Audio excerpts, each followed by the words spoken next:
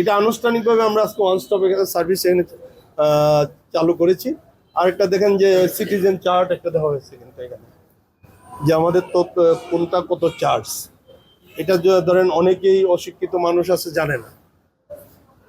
এখন এটা যারা আছে এটা জানার জন্য তারা এখান থেকে জানতে পারবে, এবং আমরা সামনে খুব তাড়াতাড়ি একটা ডিজিটাল বোর্ড দিব, যেটাতে একটু বড় আকারে লেখা থাকবে যে কোন সেবাটাতে কত টাকা লাগবে না লাগবে সেটা। এই জন্য এটা যদি হয় তাহলে দুইটা বিষয় হবে, যে টাকা পয়সার লেনদেনটাও ধরেন ব্যাংকিং খাতে হবে, এখানে কোনো স্বজনপ্রীতি হওয়ার সুযোগ নাই, মানে অবৈধ পন্থা ব্যবহার করার কোনো সুযোগ নাই, আর সার্ভিসটাও খুব তাড়াতাড়ি পাবে। এটা আমাদের জন্য একটা ভালো বিষয়। আর ইতিমধ্যে জানেন যে আজকে আমরা মানে পৌরসভার সার্বিক বিষয় নিয়ে আমাদের ডিসি অফিসে পৌরসভার উদ্যোগে আমরা একটা কিন্তু সমন্বয় মিটিং দিয়েছি, মত বিনিময় সভা। এটা 3:30 হবে। আপনারা সাংবাদিকরাও দাওয়াত পেয়েছেন আশা করি। আমরা আরো কিছু কাজ করতেছি আমাদের, বিশেষ করে মগরা নদীকে নিয়ে আমরা একটা পরিকল্পনা ছিল।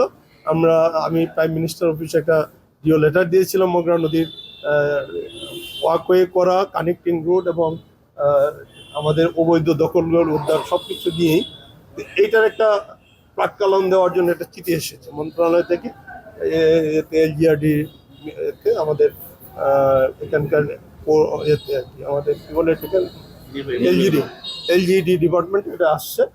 তারা এটা করে দিলে আমরা এগুলি যদি বাস্তবায়ন করতে পারি তাহলে ইনশাল্লাহ শহর মানুষের বসবাসযোগ্য হবে। ইতিমধ্যে শুনেছেন যে আমাদের 100 কোটি টাকার একটা প্রকল্প কি বলে ডিপিপিতে অন্তর্ভুক্ত করার জন্য একটা লিস্ট এখান থেকে দেওয়া হয়েছে। এটা যদি হয় তাহলে আমাদের রাস্তাঘাটে যে দৈন্যদশা বা জীর্ণদশা যেটা আছে এটা আর থাকবে না। সার্বিক মিলে আমরা আশাবাদী যে পৌরসভার চিত্র ইনশাল্লাহ আপনারা আগের চেয়ে অনেক ভালো পাবেন।